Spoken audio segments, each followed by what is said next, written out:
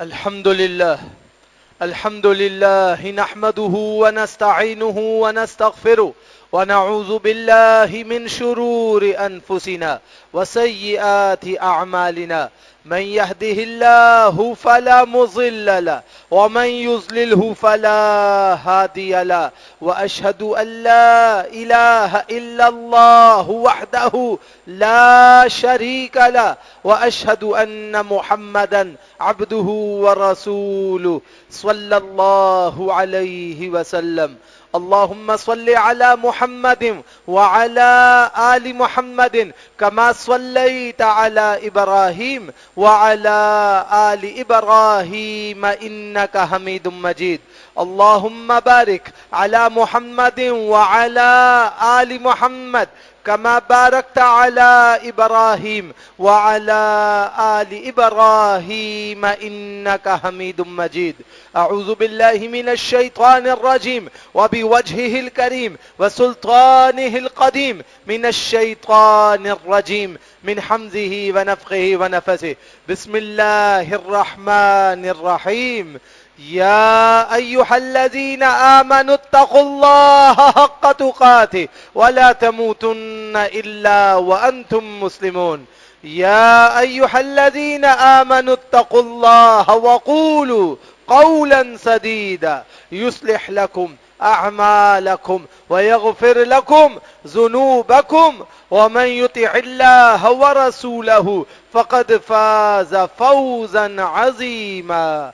يا أيها الناس اتقوا ربكم الذي خلقكم من نفس واحدة وخلق منها زوجها وبث منهما رجالا كثيرا ونساء واتقوا الله الذي تساءلون به والأرحام إن الله كان عليكم رقيبا.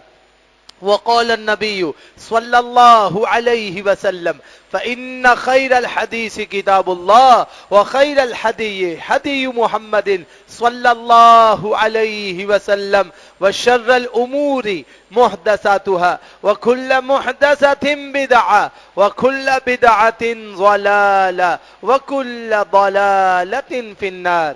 أما بعد أعوذ بالله من الشيطان الرجيم. بسم الله الرحمن الرحيم. إنما حرم عليكم الميتة والدم ولحم الخنزير وما أهل به لغير الله فمن استر غير باغ ولا عاد فلا إثم عليه إن الله غفور رحيم. وقال النبي صلى الله عليه وسلم لا عدوى ولا طيرة ولا حام ولا سفر ولا غول ولا نوء في الإسلام. اما بعد، انتہائی مختصر سی حمد و صلات کے بعد اللہ کے حکم و اذن سے آج کل موذی امراض بہت زیادہ پھیل رہے ہیں. وضع کی الرجیز ہیں، وضع کی بیماریاں ہیں، دیکھنے میں کچھ نہیں اور مریض کو انتہائی تکلیف میں مبتلا کرنے والی ہیں. تو جب وبائی امراض پھوٹنے لگے تو شریعت نے ایک طریقہ اس کے لیے مقرر کیا ہے. ہمیں قرآن اور سنت کی روشنی میں سمجھنا ہے کہ وبائی امراض جہاں پر ہوں وہاں پر ایک عام مسلمان کا کیا کام ہونا چاہیے. تو اس سلسلے میں جناب ابو سلمہ رضی اللہ تعالیٰ عنہ کی حدیث بہت قابل توجہ ہے جو صحیح بخاری کے اندر موجود ہے. کہتے ہیں سمع ابا ہریرہ رضی اللہ عنہ بعد یقول قال رسول اللہ صلی اللہ علیہ وسلم لا یوردن ممرض علی مصح. اللہ کے نبی صلی اللہ علیہ وسلم کے صحابی جناب ابو سلمہ فرما رہے ہیں کہ انہوں نے جناب ابو ہریرہ کو اللہ کے نبی صلی اللہ علیہ وسلم کے بعد یہ کہتے ہوئے سنا کہ کوئی شخص بیمار اونٹ کو صحت مند اونٹوں کے پاس نہ لے کر جائے. کوئی بھی شخص ایسا کام نہ کرے کہ اپنے بیمار اونٹوں کو صحت مند اونٹوں کے پاس لے جائے. اشارہ کیا تھا؟ اشارہ اس بات کی طرف تھا کہ اگر کہیں کوئی موذی مرض میں کوئی شخص مبتلا ہے تو اس وقت انسان کو یہ چاہیے کہ وہ انسان وہاں جانے سے احتیاط کرے، وہم کرنے سے، شک کرنے سے اپنے آپ کو بچائے۔ اللہ کے پیارے نبی جناب محمد الرسول اللہ صلی اللہ علیہ وسلم کے پاس سنن اربع کی روایت ہے، ایک مسئلہ پیش کیا گیا اور کہا گیا کہ جی میرا یہ اونٹ ہے، یہ بہت تیز ترار تھا، بہت زبردست چلا کرتا تھا۔ پھر یہ ایک دن گیا پانی پینے کے لیے یا کھانے کو چرنے کے لیے، تو یہ خارشی اونٹوں کے ساتھ جا ملا۔ ان خارشی اونٹوں کی وجہ سے اس چوپائے کو خارش ہو گئی۔ اب یہ اتنا سست اور لاغر ہو گیا کہ نہ اس سے بھاگا جاتا ہے، نہ یہ تیز چل سکتا ہے، نہ ہی یہ ضرورت کو پورا کر سکتا ہے۔ اللہ کے نبی علیہ الصلوۃ والسلام نے اس کی بات سنی اور مسئلے کو بھانپ لیا کہ یہ کیا کہنا چاہتا ہے۔ وہ کہنا یہ چاہتا تھا کہ میرا اونٹ ان بیمار اونٹوں کی وجہ سے بیمار ہو گیا جبکہ یہ صحیح تھا، تو مجھے اس کا بدلہ یا تاوان دلوایا جائے کہ وہ اس شخص کے بیمار اونٹ وہاں تالاب پہ آئے، میرا بھی گیا اور میرا اونٹ ان کی وجہ سے خراب ہو گیا۔ اللہ کے نبی صلی اللہ علیہ وسلم نے عقدہ اور مسئلہ بیان کیا کہ من جارب الاول، یہ بتاؤ کہ تم کہتے ہو کہ تمہارے اونٹ کو خارش فلاں اونٹوں کی وجہ سے لگی ہے، تو یہ بتاؤ کہ پہلے اونٹ کو خارش کس نے لگائی تھی؟ اللہ سبحانہ و تعالی کی طرف سے بیماری آئی تو اسے بھی اللہ سبحانہ و تعالی کی طرف سے ہی بیماری آئی ہے، یہ سب اللہ کے حکم سے ہوتا ہے۔ اسی لیے اللہ کے پیارے نبی علیہ الصلوۃ والسلام فرما رہے ہیں لا عدوى ولا طیارۃ ولا حامۃ ولا سفر ولا نوء ولا غول فی الاسلام، فرمایا کوئی بیماری کسی سے کسی کو نہیں لگ سکتی۔ احتیاط کرنا اچھی بات ہے، مگر یہ سمجھنا کہ مجھے بیماری فلاں کی وجہ سے لگ گئی ہے، ایسا نہیں ہو سکتا۔ بیماری دینے والا بھی اللہ، شفا دینے والا بھی اللہ، صحت دینے والا بھی اللہ، صحت چھیننے والا بھی اللہ، زندگی دینے والا بھی اللہ، زندگی لینے والا بھی اللہ، سارے معاملات اللہ کے ہاتھ میں ہیں۔ اگر بیماریاں اس طرح لگتی تو جتنے اطباء ہیں، ڈاکٹر ہیں، یہ سارے ہسپتال میں خود ہی ایڈمٹ ہوتے، صبح سے شام تک بیماروں کا علاج کرتے ہیں، اللہ کے حکم سے صحت مند رہتے ہیں نہیں رہتے ہیں۔ تو یہ نوعیت کیا ہے کہ بیماری لگتی ہے اللہ کے حکم سے اور بیماری جاتی ہے اللہ کے حکم سے، لہذا انسان اس بات کو یقین محکم میں رکھے کہ لا عدوى، بیماری کسی کو کسی سے نہیں لگ سکتی۔ ولا طیارۃ، یہ پرندوں کی وجہ سے بدفعلی نکالنا اور یہ کہنا کہ میرا منحوس دن ہے، آج میرے گھر کے آگے سے الو گزر گیا یا میرے گھر کی چوکھٹ پہ الو بیٹھ گیا یا گھر کے باہر لگے درخت پہ الو نے بسیرا کر لیا تو وہ ایک پرندہ ہے، کہیں بھی رکے گا، اس سے کوئی بدفعلی نہیں لی جا سکتی۔ یہ کہنا کہ چیل نے گھونسلہ بنا لیا، کوے نے آنا شروع کر دیا، الو نے بیٹھنا شروع کر دیا، عجیب و غریب پرندے آن کے عجیب و غریب آوازیں نکال رہے ہیں، گھر کے باہر کتے نے بھونکنا شروع کر دیا یا رونا شروع کر دیا تو موت ہوگی، یہ ساری فضول باتیں ہیں۔ ولا طیارۃ، اس کا اسلام سے کوئی تعلق نہیں۔ بھائی جانور ہے، اپنی آوازیں بھی نکالے گا، اپنا معاملہ بھی کرے گا، ہو سکتا ہے وہ ذکر اللہ کر رہا ہو سکتا ہے کہ وہ اپنی قوم کے کسی لوگوں کو اپنا دکھ یا رونا رو رہا ہو، یہ بھی ہو سکتا ہے کہ وہ اپنی ضرورت کے لیے مطالبہ کر رہا ہو، کچھ بھی ہو سکتا ہے، وہ اپنی مخلوق اللہ کی بنائی ہوئی ہے، وہ اپنی ضرورت کے تحت اپنی آواز نکالے گی۔ اس سے منحوست مراد لینا اور یہ کہنا کہ اب ہمارے گھر میں حادثہ ہو جائے گا، یہ درست نہیں۔ ایک ینگر تھے ہمارے ساتھی، وہ ہمارے پاس آئے، کہا میرے ابا کا انتقال ہوا تو اس دن کتا رویا تھا، پھر میری اماں فوت ہوئی اس دن بھی کتا رویا تھا، پھر میرے بھائی کا حادثہ ہو گیا، ہمیں پتا چلا جب اس سے پہلے کتا گھر کے باہر رو رہا تھا، اب 2 دن سے کتا پھر رو رہا ہے، پھر ہمارے گھر میں کوئی مرنے والا ہے۔ یہ تیارہ ہے، بدفعلی لینا، یہ سمجھنا کہ کتا رو رہا ہے، پھر بھائی کتا نہیں رو رہا ہے، وہ بیچارہ اللہ کے حکم سے اپنی آواز نکال رہا ہے، اس کا کسی کی زندگی اور کسی کی موت سے کوئی لینا دینا نہیں۔ سب سے بڑی دلیل سنن اربع کے اندر اور کتب ستہ کے اندر موجود ہے۔ اللہ کے پیارے نبی جناب محمد الرسول اللہ صلی اللہ علیہ وسلم کے بیٹے قاسم کا انتقال ہوا، ایک روایت میں ابراہیم کا انتقال ہوا۔ قدرتی طور پر اس دن سورج کو گرہن لگ گیا۔ اب گرہن لگا تو پہلا گرہن تھا، لوگوں کو پتا نہیں تھا کہ یہ کس وجہ سے ہو رہا ہے اور کیوں ہو رہا ہے۔ اللہ کے رسول صلی اللہ علیہ وسلم بہت زیادہ گھبرا گئے، دوڑے مسجد کی طرف اور وحی آئی اور طریقہ صلاۃ مقرر کیا گیا کہ جب خسف یا خسف ہو جائے، یعنی چاند کو گرہن لگ جائے یا سورج کو گرہن لگ جائے تو نماز کیسے پڑھنی ہے۔ لوگوں نے کہا کہ یہ اللہ کے نبی کے بیٹے کے فوت ہونے کی وجہ سے سورج کو گرہن لگ گیا، یہ اتنا غمناک معاملہ ہو گیا کہ سورج نے بھی اپنے آپ کو گہنا دیا۔ اللہ کے نبی علیہ السلام پر وحی بھیجی گئی اور کہا لوگوں کو بتاؤ ان الشمس والقمر آیتان من آیات اللہ لا ينکسف لموت احد ولا لحیاتہ، فرمایا کہ یہ دونوں چاند اور سورج اللہ کی بنیادی نشانیوں میں سے نشانیاں ہیں، یہ نہ اپنے آپ کو گرہن لگا سکتی ہیں نہ اپنے آپ کو روشنی بخش سکتی ہیں، یہ کچھ بھی نہیں کر سکتی، اس کا کسی کی زندگی اور کسی کی موت سے کوئی دور دور تک واسطہ نہیں ہے۔ جب اللہ چاہے گا ان کی روشنی چھینے گا اور جب اللہ چاہے گا ان کی روشنی عطا کرے گا، یہ سب کا سب اللہ سبحانہ و تعالیٰ کے ہاتھ میں ہے، اللہ کے سوا کسی کے ہاتھ میں نہیں۔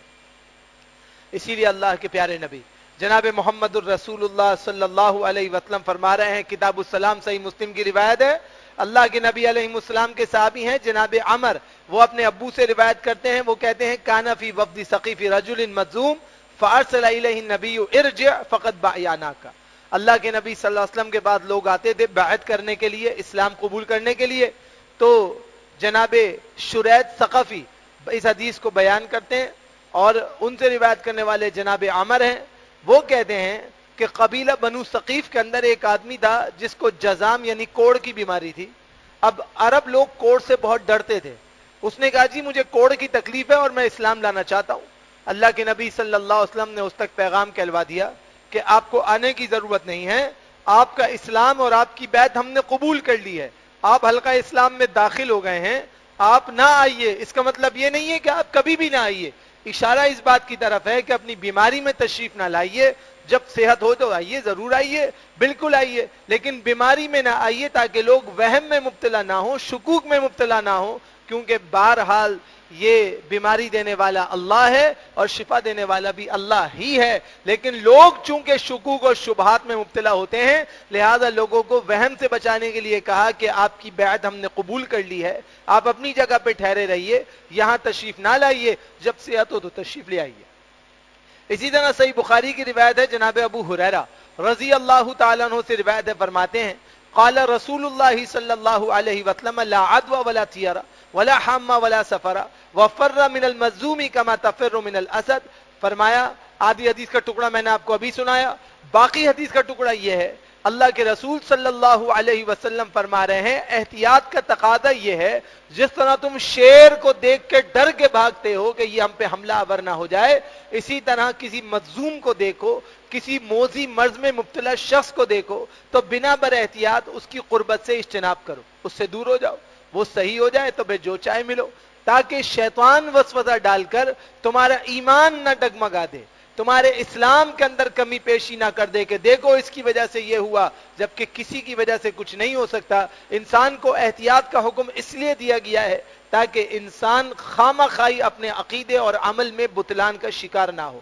اسی لیے اللہ کے پیارے نبی جناب محمد الرسول اللہ صلی اللہ علیہ وسلم فرما رہے ہیں، صحیح بخاری کی روایت ہے، جناب ابو قتادہ رضی اللہ تعالیٰ عنہ حدیث کے راوی ہیں، کہتے ہیں قال رسول اللہ صلی اللہ علیہ وسلم اذا شرب احدکم فلا يتنفس في الاناء واذا بال احدکم فلا يمسح ذکرہ بیمینہ واذا تمسح احدکم فلا يتمسح بیمینہ۔ جناب ابو قتادہ رضی اللہ تعالیٰ عنہ سے روایت ہے، کہتے ہیں اللہ کے نبی علیہ الصلوۃ والسلام نے فرمایا جب آپ میں سے کوئی پانی پیے تو برتن میں سانس لینے سے اجتناب کرے۔ سانس لینا یہ ہے کہ برتن میں پھونکے مارنا، جیسے گرم گرم کپ آف ٹی ہے یا کپ آف کافی ہے، اب وہ گرم ہوتی ہے، لوگ پیتے ہوئے اس میں پھونکے مارتے ہیں، یہ پھونک مارنا منع ہے، کیونکہ جو پھونک نکل رہی ہے یہ کاربن ڈائی آکسائڈ ہے اور یہ انسان کے لیے انتہائی مضر ہے، لہذا شریعت نے کہا برتن کے اندر پھونک مارنے سے اجتناب کرو۔ برتن کو ٹھنڈا کرنا ہے، مشروب کو ٹھنڈا کرنا ہے تو ایسے ہی کرو، لیکن اس میں پھونکے نہیں مارو۔ اللہ کے رسول صلی اللہ علیہ وسلم نے کیا فرمایا، جب آپ میں سے کوئی پانی پیے تو برتن میں سانس نہ لے، اور جب آپ میں سے کوئی قضاء حاجت کے لیے جائے تو اپنی شرمگاہ کو دائیں ہاتھ سے نہ پکڑے، یعنی بائیں ہاتھ سے طہارت کرے، بائیں ہاتھ سے صفائی ستھرائی کرے، اور جب استنجا کرنے کی باری آئے تب بھی دائیں ہاتھ سے اجتناب کرے اور بائیں ہاتھ سے استنجا کرے۔ گویا کہ جب ضرورت کا امر ہو مبارک احوال میں، مبارک چیزوں میں تو دائیں کا استعمال کرے، اور جب ناپاکی کے امور ہوں تو وہاں دائیں بائیں ہاتھ کا استعمال کرے، الٹے ہاتھ کا استعمال کرے. اسی طرح برتن میں پھونک مارنے سے اجتناب کرے، اس کو چمچے سے ہلائے یا اس کو ویسے ہی ٹھنڈا ہونے دے، پھونک مارنے سے ہرگز اجتناب کرے. اللہ کے نبی علیہ الصلوۃ والسلام نے یہ احتیاطی تدابیر سکھائی ہیں، جب ہم ان کو فالو اپ کرتے ہیں تو بہت ساری بیماریوں اور وہم سے اللہ کے حکم سے ہم بچ جاتے ہیں.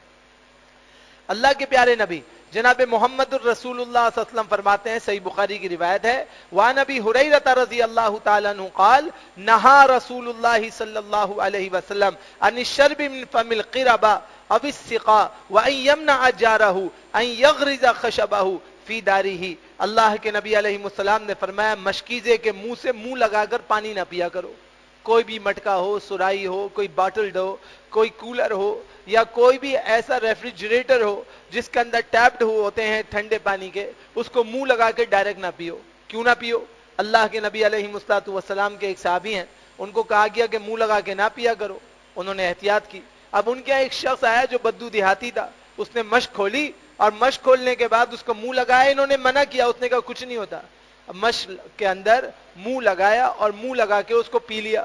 اب مشک کے اندر اتفاق سے کوئی جانور تھا، کوئی کیڑا تھا یا سانپ تھا یا اس طرح کی کوئی چیز تھی، وہ اس کے پیٹ میں گیا اور اس کے لیے تکلیف کا سبب بن گیا.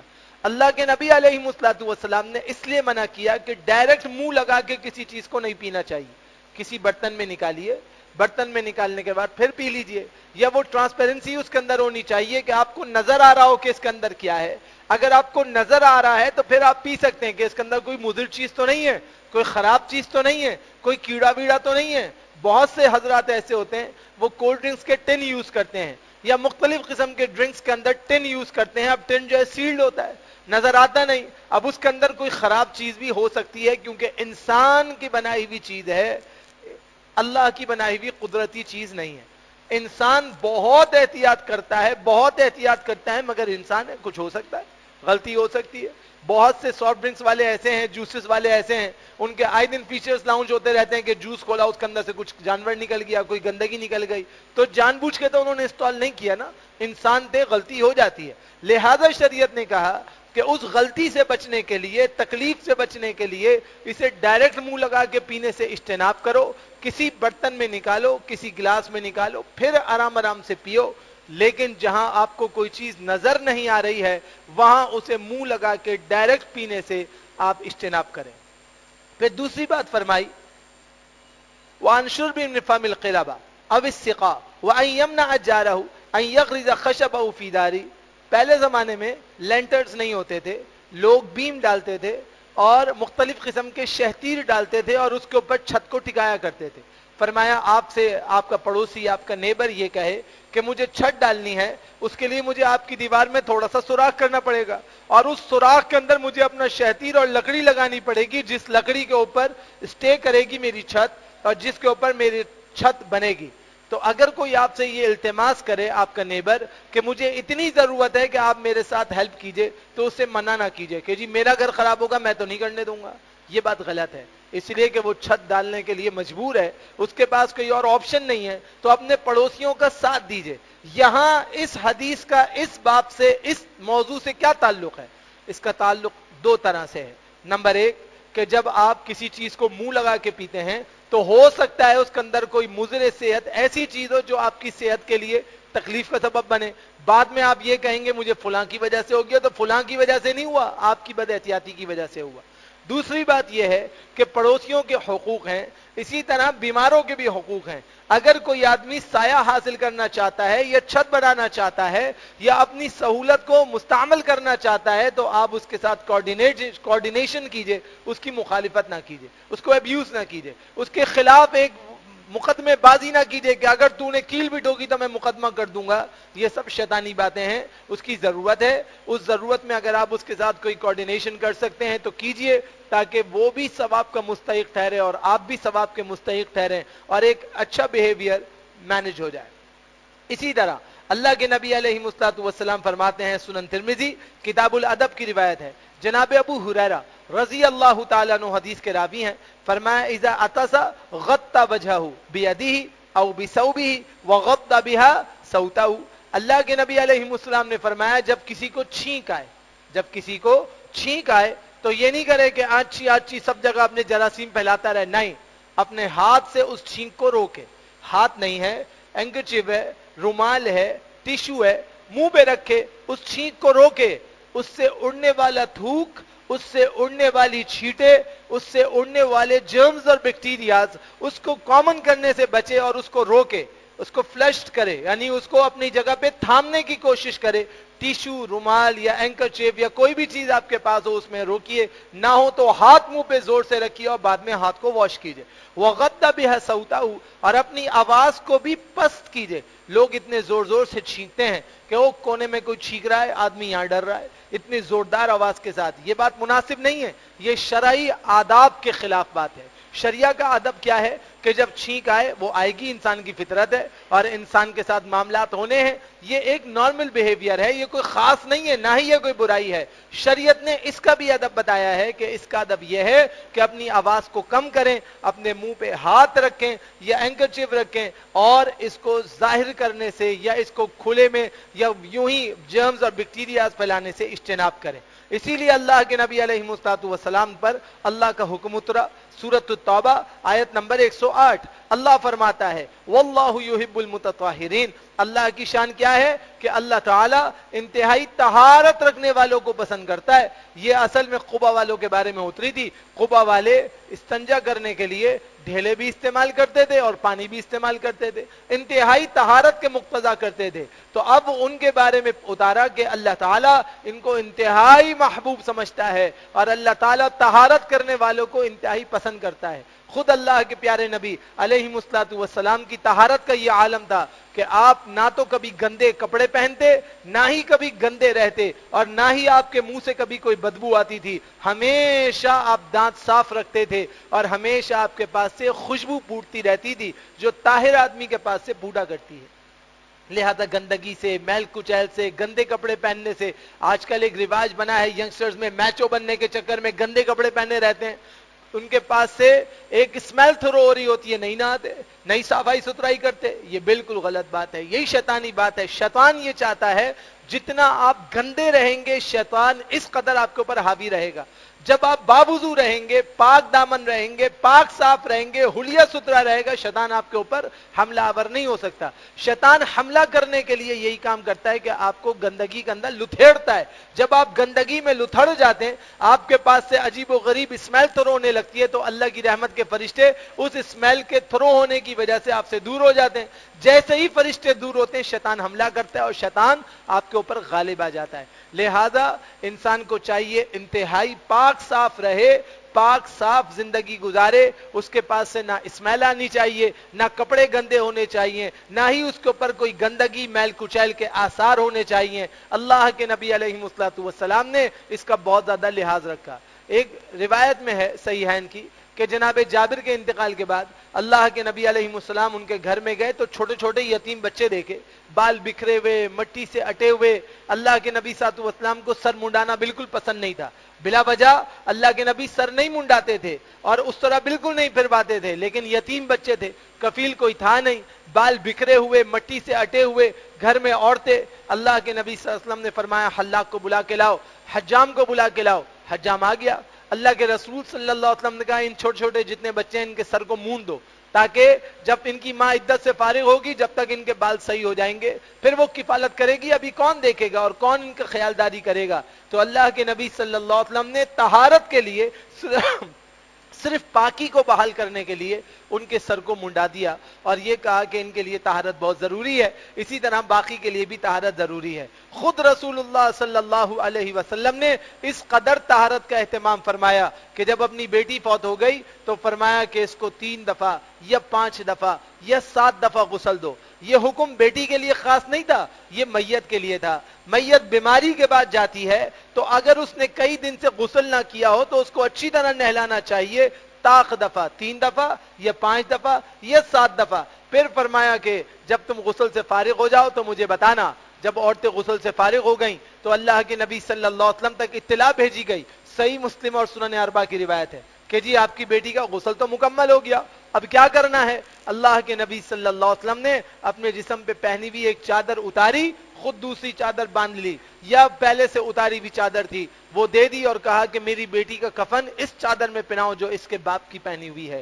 یہ اللہ کے نبی صلی اللہ علیہ وسلم کی ایک محبت تھی کہ میری بیٹی میرے کپڑوں میں کفن پہنے، اس لیے اللہ کے نبی صلی اللہ علیہ وسلم نے اپنی چادر عطا فرمائی۔ تو یہ رسول اللہ صلی اللہ علیہ وسلم نے طہارت کا میت کے لیے بھی اتنا اہتمام کیا ہے کہ جس حد تک ہو سکے گندگی سے، میل کچیل سے اور خرافات سے اور بدبو سے اور بیہودگیوں سے بچا جائے اور انسان انتہائی زیادہ پاکیزہ رہے۔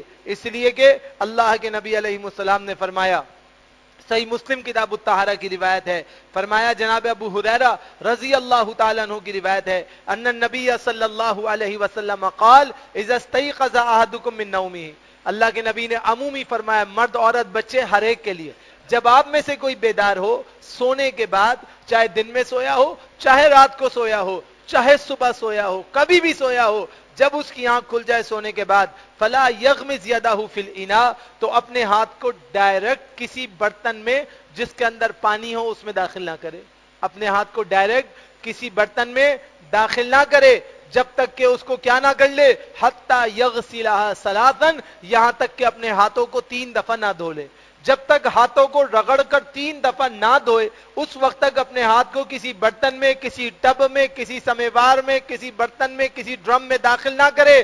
کیوں؟ فَإِنَّهُ لَا يَدْرِي أَيْنَ بَاتَتْ يَدُهُ، اس کو پتہ ہی نہیں ہے کہ اس کے ہاتھوں پہ رات کو ہو سکتا ہے کوئی گندگی لگ گئی ہو، سوتے ہوئے کوئی کیڑا مکوڑا چل گیا ہو، کوئی کسی قسم کی بیکٹیریاز لگ گئے ہوں، تو اس کو پتہ نہیں ہے کہ اس کے ہاتھوں نے کہاں رات گزاری ہے، یا سوتے ہوئے اس کے ہاتھ کہاں کہاں لگے ہیں، لہذا اسے پہلے ہاتھوں کو دھونے کی ضرورت ہے، پھر اس کو کسی برتن کو پکڑنے کی ضرورت ہے۔ آج کل واش بیسنز ہوتے ہیں، ٹیبز ہوتے ہیں، آپ پہلے جائیے اپنے ہاتھوں کو واش کیجئے اچھے طریقے سے، اور اس کے بعد آپ نے جو کرنا ہے کیجئے، اس میں کوئی حرج نہیں ہے۔ عموماً یہ ہوتا ہے کہ خواتین صبح اٹھتی ہیں فجر میں اور پھر سو جاتی ہیں، پھر سونے کے بعد بچوں کے ٹائم پہ اٹھتی ہیں، بچوں کے ٹائم پہ اٹھنے کے بعد اب الارم بج رہا ہے ان سے اٹھا نہیں جا رہا، یا مرد ہے اٹھ رہا ہے اس سے اٹھا نہیں جا رہا، اب الارم جو ہے وہ شوٹ ہوتا جا رہا ہے اور وقت گزرتا جا رہا ہے، وقت قلیل ہے، اب اٹھے ایک دم نہ ہاتھ دھویا نہ کچھ کیا، برتن پکڑا اور بریک فاسٹ بنانا شروع کر دیا۔ یہ ہاتھ دھوئے بغیر جو بریک فاسٹ بنانے کے لیے برتنوں کو چھوا ہے نا، یہ غلط ہے۔ یا آپ نے کھانے پینے کی چیزوں کو ویسے ہی اٹھایا اور کھانا پینا شروع کر دیا، جیسے کہ نارملائزیشن ایک سیٹ اپ ہے اور بیہیویئر ہے کہ بیڈ ٹی پیتے ہیں، بیڈ ٹی پینے کے لیے نہ ہاتھ دھوئے جاتے ہیں نہ کلی کی جاتی ہے، یہی تو جراثیموں کی جڑ ہے، یہی تو بیماریوں کی جڑ ہے۔ انگریزوں کو اتنا فالو اپ نہ کرو کہ انگریز بن جاؤ اور جس طرح وہ بیمار ہے تم بھی بیمار بن جاؤ۔ اللہ کے نبی علیہ السلام نے پہلے طہارت کا حکم دیا، اسی لیے جو اتنی فضیلت بلال کی فرمائی، وہ کیوں فرمائی کہ وہ ہمیشہ باوضو رہتے تھے اور وضو کرنے کے بعد 2 رکعت تحیۃ الوضو کیا کرتے تھے۔ تو اللہ کے نبی علیہ السلام نے اس بات کو پسند کیا کہ ہمیشہ باوضو رہا جائے۔ جناب عبداللہ ابن عمر اور عبداللہ ابن مسعود ثقفی رضی اللہ تعالیٰ عنہ دونوں سے مروی ہے، یہ دونوں میں آپ کو پہلے بھی بتا چکا ہوں کہ وہ صحابہ تھے کہ جب ان کو کوئی بات پتا چلتی تھی نا، پھر دنیا ادھر سے ادھر ہو جائے یہ اسے نہیں چھوڑتے تھے، بھلے دنیا میں کچھ بھی ہو جائے، یہ کہتے تھے ہمارے پاس اللہ کے نبی کا فرمان ہے، بس زندگی ختم ہو جائے گی مگر اس پر عمل نہیں چھوڑیں گے۔ جب ان کو یہ بات پتا چلی تو انہوں نے کبھی بھی اپنے آپ کو بے وضو نہ کیا، جب بھی حادث ہوتی، ضرورت ہوتی یا بے وضو ہوتے، ان کی کوشش ہوتی کہ پہلی فرصت میں باوضو ہو جائیں اور باوضو ہو کر اپنے وقت کو گزاریں۔ اس حد تک یہ عمل کی کوشش کیا کرتے تھے اور اس حد تک یہ اللہ سبحانہ و تعالیٰ کی فرما برداری کو قبول کرتے تھے، لہٰذا جب بھی کبھی سوئیں اٹھنے کے بعد پہلے ہاتھوں کو اچھی طرح دھو لیں، اس کے بعد برتن کو ہاتھ لگائیں، اس کے بغیر برتن کو ہاتھ لگانے سے آپ کے لیے بیماری اور تکلیف آ سکتی ہے، لہٰذا اس سے بچیے اور اس سے اپنے آپ کو بچانے کی کوشش کیجیے۔ اللہ سے دعا کرتا ہوں رب ذوالجلال مجھے آپ کو ہم سب کو کما حقہ مکمل شریعہ پہ مضبوط عمل کرنے کی توفیق عطا فرمائے اور ہمیں وبائی امراض کا میں اپنے آپ کو بچانے کی، اور جو مرض میں مبتلا ہیں اللہ تعالیٰ انہیں شفاء کامل عاجلہ کو حاصل کرنے کی توفیق عطا فرمائے۔ اقول قولی ھذا استغفر اللہ لی ولکم ولسائر المسلمین۔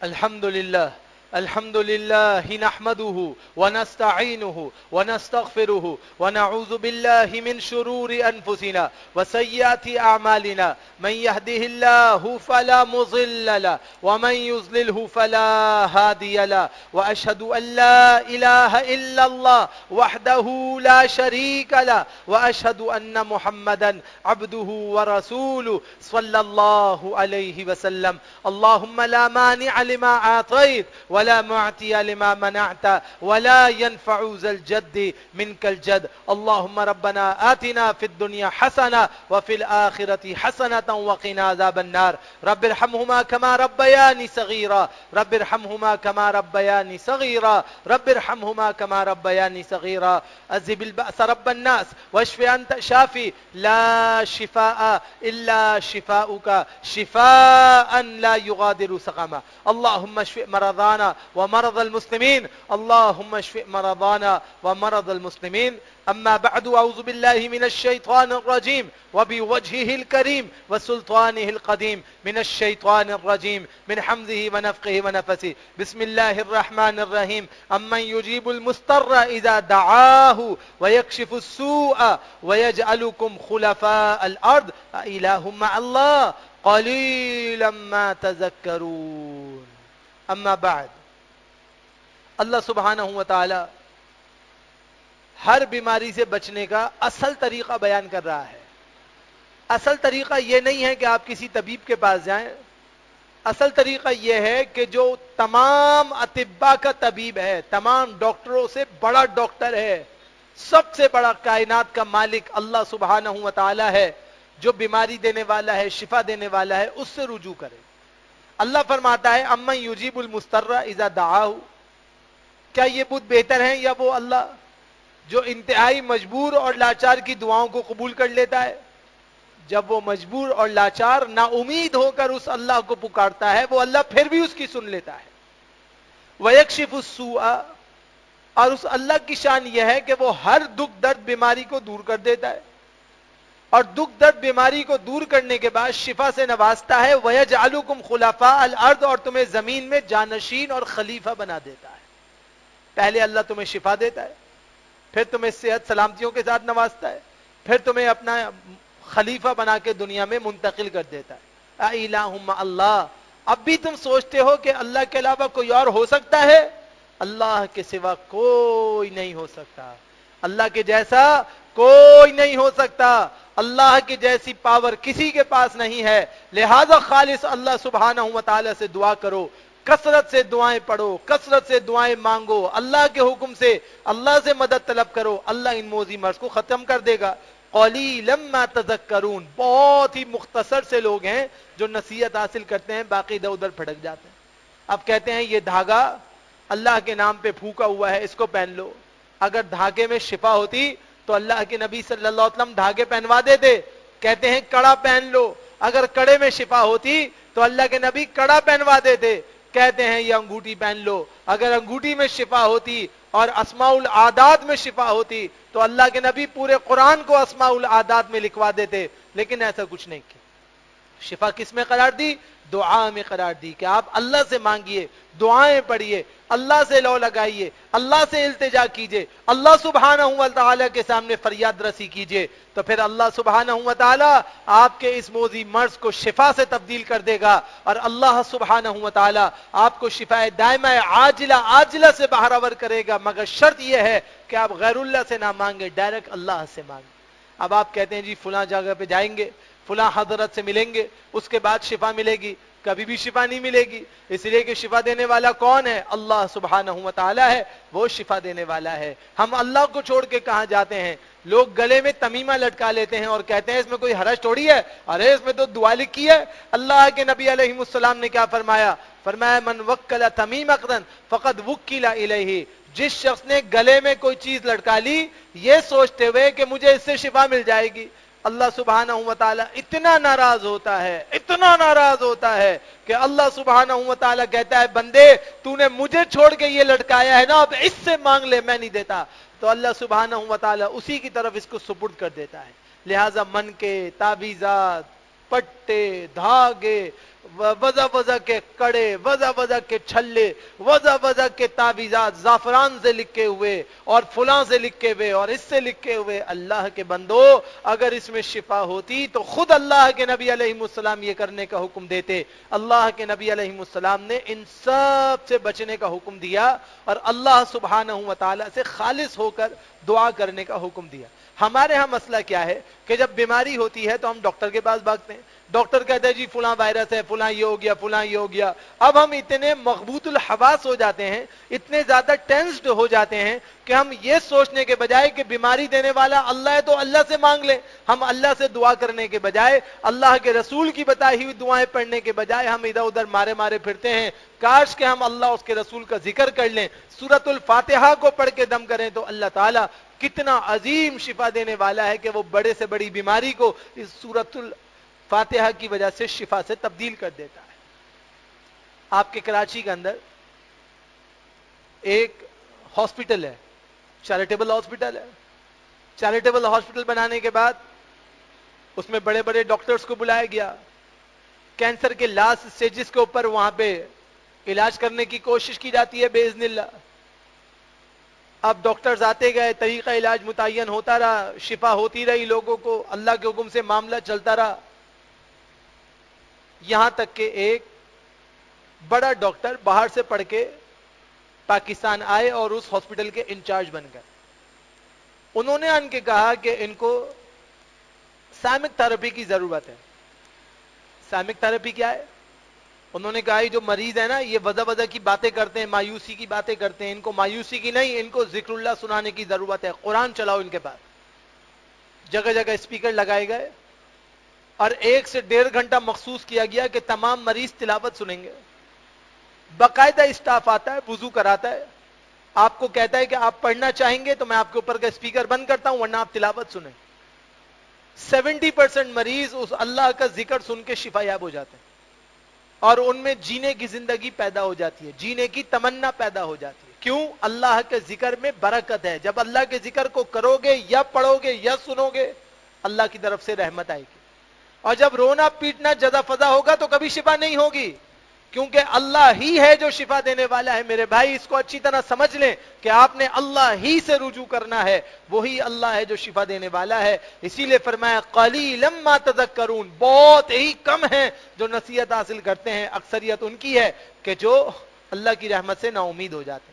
لہٰذا یہ بات سمجھ لیجیے، اللہ کے نبی صلی اللہ علیہ وسلم نے فرمایا، جناب سلمان رضی اللہ تعالیٰ عنہ حدیث کے راوی ہیں، سنن ترمذی کی روایت ہے اور حسن درجے کی روایت ہے، کہتے ہیں قال رسول اللہ صلی اللہ علیہ وسلم لا يرد القضاء الا الدعاء ولا يزيد في العمر الا البر. فرمایا اللہ کے نبی صلی اللہ علیہ وسلم فرماتے تھے دعا کے سوا کوئی چیز تقدیر کو نہیں بدل سکتی اور نیکی کے سوا کوئی چیز عمر میں اضافہ نہیں کر سکتی. اگر آپ چاہتے ہیں کہ آپ کی جو بیماری ہے، مشکل ہے، تکلیف ہے، یہ دور ہو جائے، مانگیے اللہ سے، دعا کیجئے اللہ سے، جھک جائیے اللہ کے آگے، فریاد رسی کیجئے اللہ سے، تو اللہ سبحانہ و تعالی بہترین آپ کو معاملے کو آسان کرنے والا ہے. اور اگر آپ چاہتے ہیں عمر میں اضافہ ہو جائے تو خوب نیکیاں کیجئے، نیکیوں کی بدولت اللہ سبحانہ و تعالی درجے میں بلندی کرنے والا ہے. لہٰذا اس بات کا لحاظ کیجئے، خوب نیکیوں کی کوشش کیجئے، خوب دعاؤں کی کوشش کیجئے تاکہ اللہ سبحانہ و تعالی کے ہاں درجہ بلند ہو جائے. اللہ سے دعا کرتا ہوں رب ذوالجلال ہم سب کو صحیح عقیدے کے ساتھ